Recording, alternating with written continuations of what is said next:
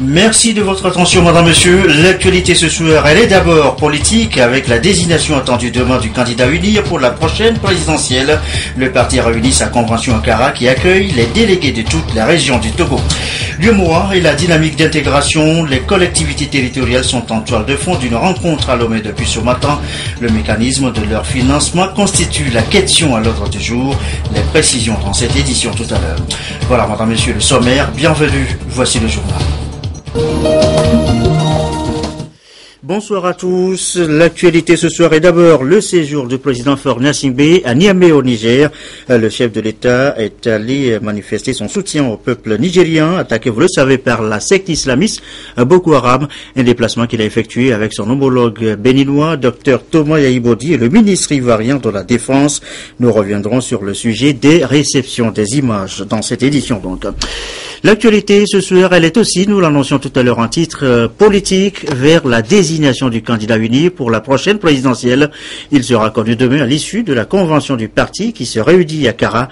Le candidat désigné affrontera dans l'arène 7 autres déjà dans les starting blocks. Augustin Kossi et Méabalo. Le parti UNIR organise ce mercredi 25 février sa convention nationale à Kara dans le nord du pays.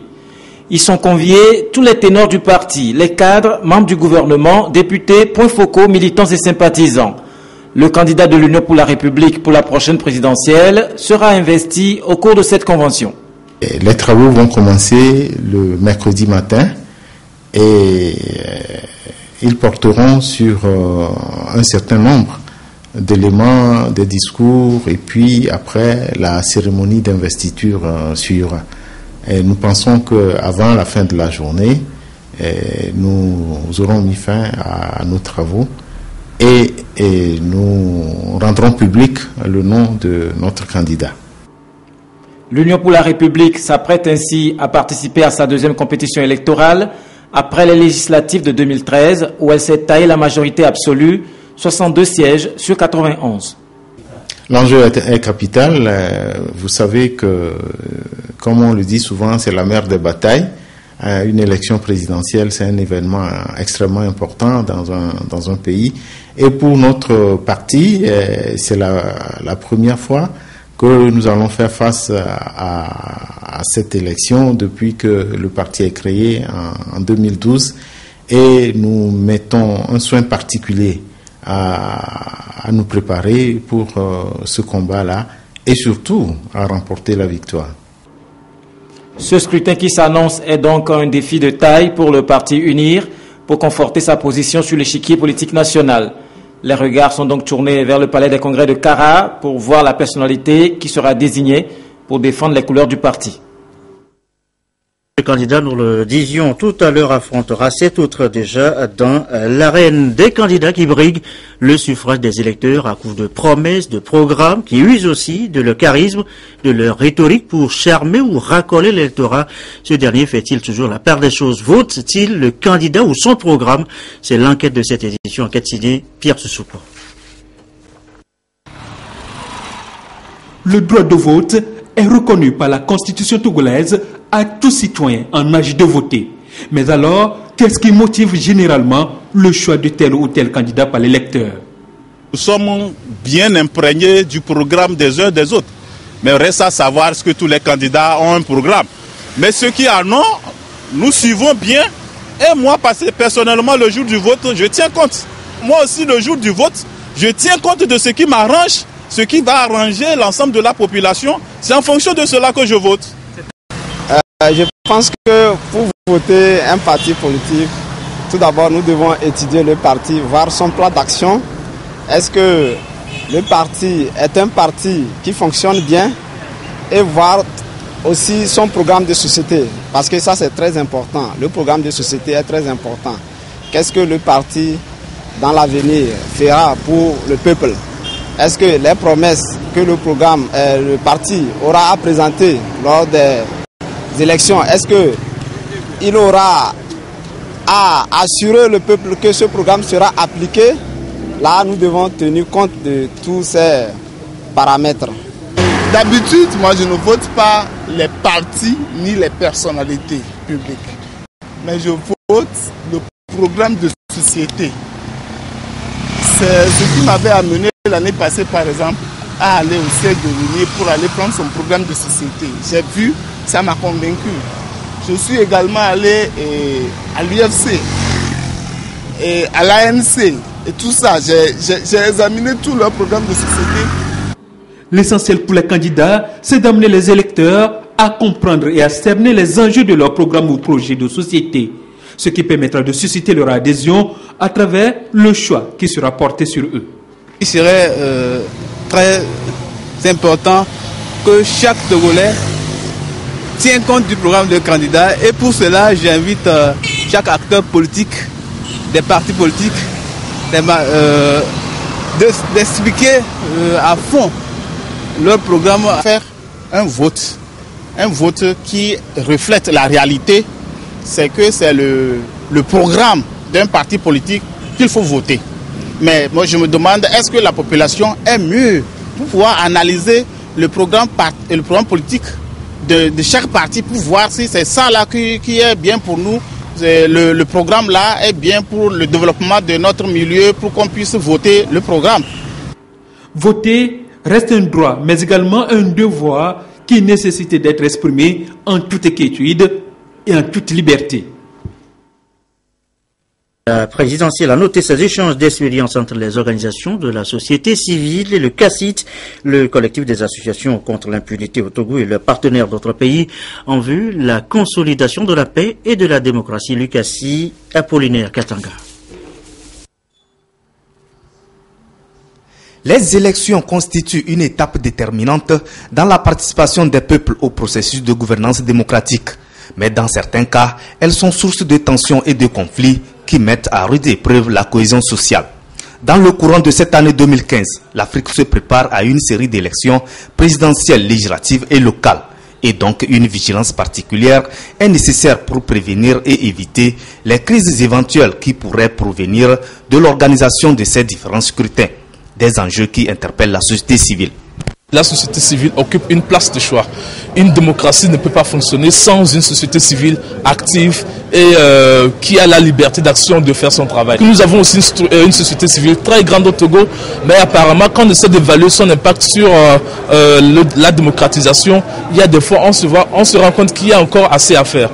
Il s'agit à ce colloque de partager les expériences des pays comme l'Afrique du Sud, le Ghana, l'île Maurice, où les élections apaisées ont permis la consolidation des institutions. Il sera aussi question pour les participants venus de 10 pays d'Afrique et du Brésil d'installer des mécanismes d'alerte précoce pour éviter les violences en période électorale. Autre sujet de l'actualité ce mardi, le référentiel en technique de l'information de la communication. L'accent est mis ici sur la compétence. Les enseignants font une remise à niveau depuis ce matin sur la matière. L'UNESCO vient en appui. Les explications, Eric Djanikou, Tchassinam Baga.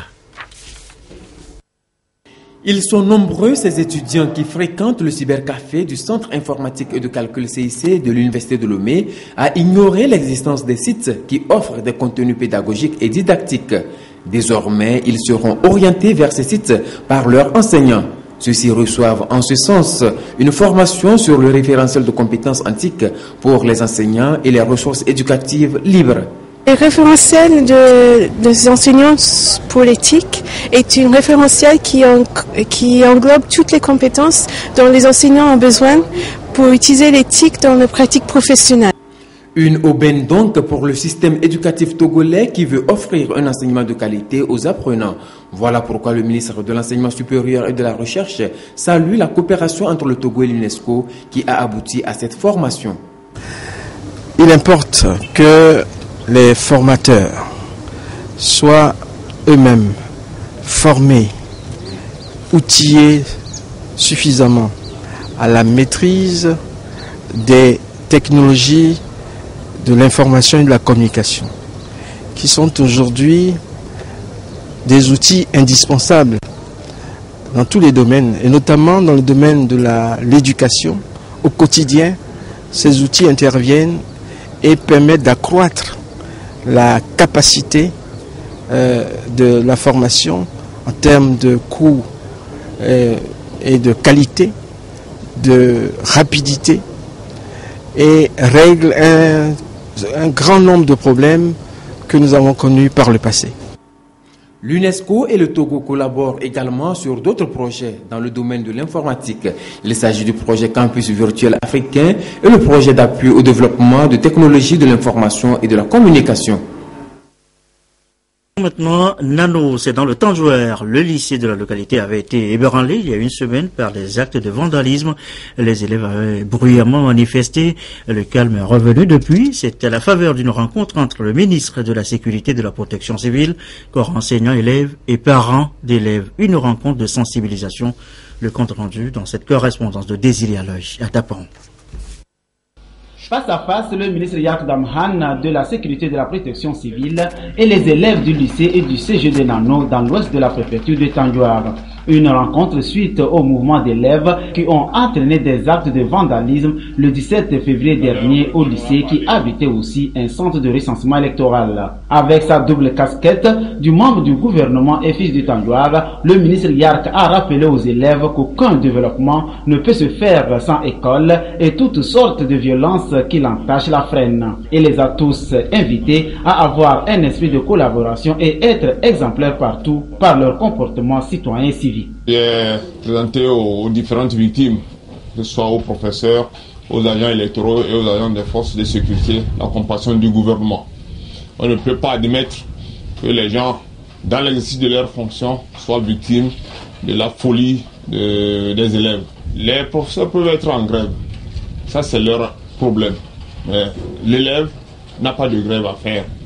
Et nous avons compris que certains élèves peut-être ont dû être travaillés. Leur avenir est en jeu.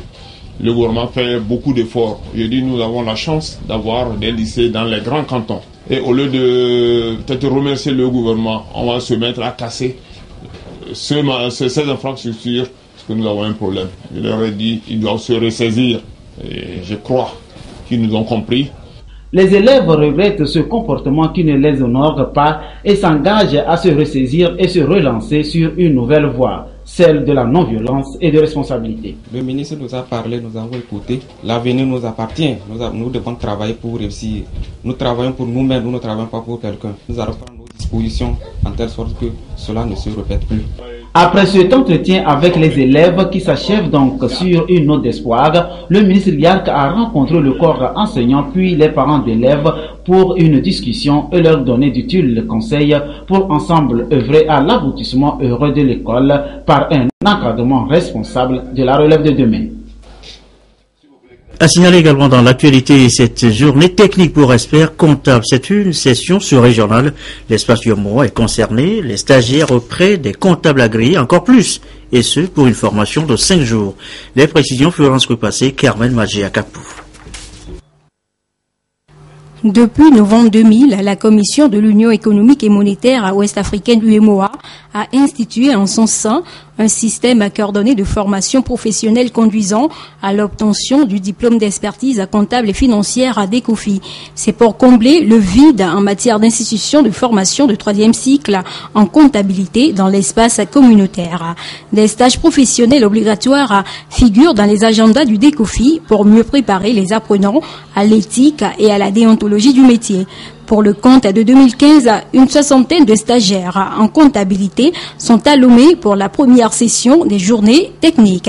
Durant la période où ils ont obtenu le DESCOGEF déjà, qui leur permet de s'inscrire en stage, durant cette période, ils font des journées techniques 3 fois par an. C'est le tour du Togo d'organiser les premières journées techniques 2015 et ça apporte un peu, si vous voulez, un approfondissement des connaissances des experts comptables stagiaires. Les participants vont pendant 5 jours s'initier au diagnostic financier des PME, analyser le rôle du commissaire aux comptes dans les associations et ONG, mieux connaître et appliquer les normes professionnelles. La rencontre de Lomé a été organisée par l'Ordre national des experts comptables et des comptables agréés du Togo, ONECA Togo. Rapport encore avec l'UEMOA, on évoque aussi cette 5e Assemblée Générale du Conseil des collectivités territoriales dans l'espace, réunie à Lomé depuis ce matin. En toile de fond, les efforts à l'intégration de l'Union. Le dynamisme touche aussi les collectivités territoriales. Comment peuvent-elles être financées? Sonia Ménipo, Antoine Romain-Vavor. 5e Assemblée générale du Conseil des collectivités territoriales.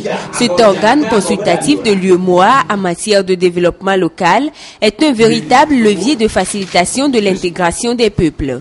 Experts en aménagement territorial et élus locaux des 8 pays membres de l'UEMOA sont à Lomé pour faire le point sur les mécanismes de financement des projets et programmes de développement. Le gros problème de nos collectivités territoriales, c'est le financement de nos activités, de nos projets et de nos programmes. Donc c'est une session particulièrement financière. Et puis il y a eu une évolution. Nous sommes un organe consultatif, il nous faut mener une réflexion pour voir quel est le statut qu'on pourrait accorder à notre structure, le CCT, afin qu'elle soit véritablement opérationnelle. Ici, les différents acteurs manifestent leur volonté commune à remporter le pari des pères fondateurs de l'UEMOA, celui de passer de l'intégration des États à celle des peuples. Et chaque commune doit ressentir les effets de cet engagement. Toutes les préoccupations des 8 pays membres vont être mis sur la table et examinées de manière que la politique élaborée, adoptée par l'UEMOA intéresse à la fois les 8 pays et que toute la population de l'espace UEMOA, qui devient maintenant une nation, se retrouve. Depuis sa mise sur pied, le Conseil des collectivités territoriales a relevé également de nombreux défis liés à la sécurité humaine et alimentaire. Durant cette Assemblée générale, il s'agira de revisiter les enjeux principaux du Conseil, affiner une démarche afin de tracer les voies à une réussite collégiale. Le terrorisme et la croisade contre les islamistes. Écoutez cette histoire digne d'une fable et pourtant c'est une réalité. Tenez, une journaliste s'est fait passer pendant plusieurs semaines pour une candidate au djihad. Elle raconte dans un livre comment elle a pu infiltrer les réseaux islamistes. Suivez. Pendant un mois, elle a été Mélanie, 20 ans, convertie à l'islam et en quête d'idéal. En réalité, une journaliste qui s'est créée une fausse identité sur Internet. Très vite, Mélanie est contactée sur Facebook par un certain Bilal, 38 ans, un djihadiste français qui lui écrit depuis la Syrie. Il me dit que je lui fais beaucoup de peine parce que je vis dans un pays de mécréants, que je ne peux pas vivre mon culte comme je le voudrais et que je ne trouverai jamais de mari ou de famille et que je ne pourrai pas construire de famille dans ce pays. Pour lui parler par vidéo, la journaliste se voile mais lui montre son visage. Le djihadiste insiste pour que ses projets de départ en Syrie restent secrets. Il ne faut pas laisser le doute, je ne laisse pas le doute par personne. Je n'ai aucun ressentiment de méfiance, je laisse rien apparaître, ok? D'accord. Toujours, je continue à garder le secret, il ne faut pas qu'elle sache que je cache tout. Non, il faut que tu sois très forte. Hein. Ouais, mais c'est ce que je fais depuis presque un an déjà. Elle n'a jamais rien vu. Et c'est plus que de l'insistance, parce qu'en fait, il met dans la tête de Mélanie, c'est ça qui est assez fort, qu'elle viendra déjà. Il lui dit tout le temps, quand tu seras là. Il lui vend une vie de princesse, il lui dit que son quotidien à Toulouse, elle n'a pas d'argent, qu'elle n'a pas d'avenir professionnel, qu'elle n'a pas d'avenir familial ou amoureux, tandis qu'ici, en une journée, elle aura tout. Un appartement quand je veux, j'ai des voitures quand je veux, de l'argent, si j'ai besoin d'argent, j'ai besoin d'argent quand je veux, tu comprends? Il lui promet, les 15 premiers jours, il lui dit que c'est imposé, donc qu'elle passera son temps entre les cours de langue arabe, qu'elle maîtrise très peu, et les cours de tir, qu'elle ne maîtrise pas du tout, mais c'est un passage obligatoire. Et ensuite, elle pourra se faire toute une bande d'amis, de copines, puisqu'apparemment Bilal lui dit qu'il y a énormément de convertis, d'Européennes converties qui sont sur place, qu'elle aura une vie, il emploie tout le temps le mot gonzesse, en lui disant tu feras des sorties entre gonzesses tout le temps, vous ferez des choses de filles, tu te feras belle pour ton mari. Au bout d'un mois, Mélanie arrête tout contact. Impossible de continuer sans franchir le pas d'aller en Syrie. Aujourd'hui, les djihadistes piégés la menacent. Mélanie vit sous protection policière. Et voilà donc l'histoire de cette journaliste déguisée, donc à Mélanie, 20 ans. Dans le reste de l'actualité, l'agriculture biologique, là nous sommes de retour chez nous. Comment booster le secteur?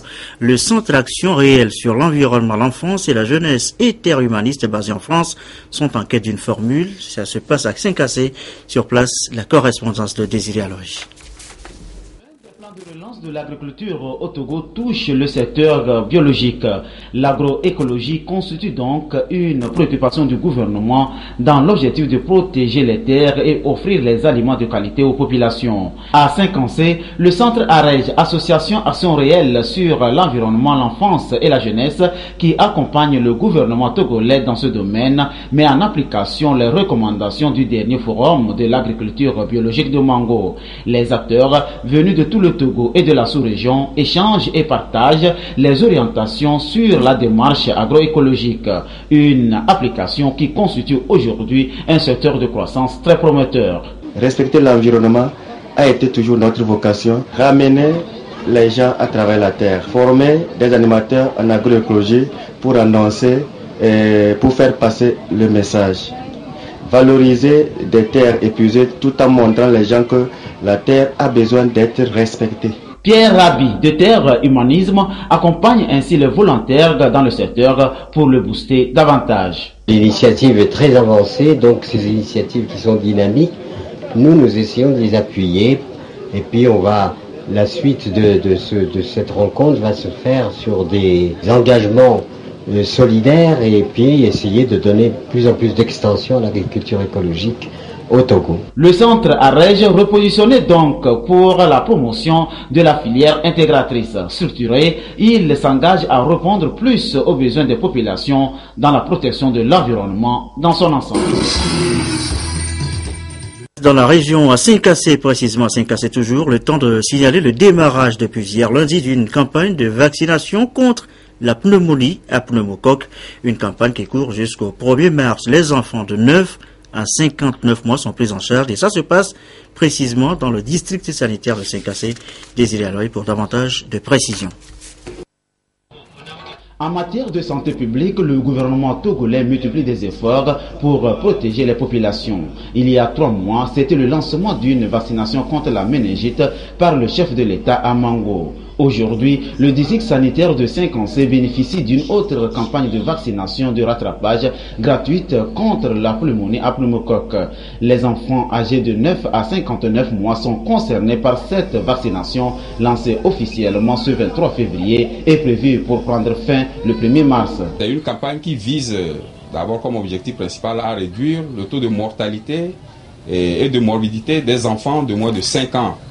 Et nous savons que les infections à pneumocoque sont très fréquentes dans notre pays, et surtout chez les enfants de moins de 5 ans et en particulier au nord du Togo. Donc la campagne se fera en créant des postes de vaccination dans les centres de santé, dans les quartiers et les villages de toute la préfecture. L'agence de médecine préventive AMP, basée en France, appuie donc le gouvernement togolais dans cette vaccination dans la préfecture de Saint-Cancé et Tone.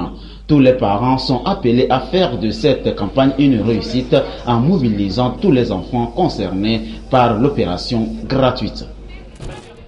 Agriculture, le FESPACO, le Festival panafricain du cinéma et de la télévision de Ouagadougou, c'est maintenant dans 4 jours.